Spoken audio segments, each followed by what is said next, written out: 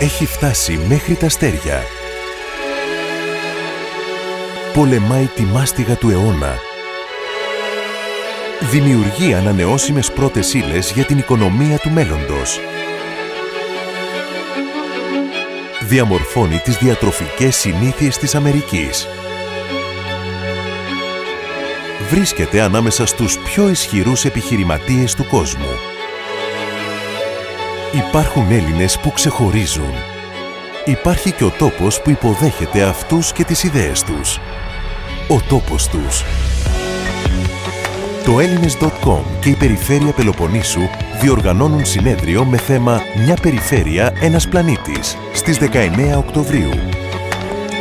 Μάθε περισσότερα και παρακολούθησε το ζωντανά στο Έλληνες.com και στο ennikos.gr.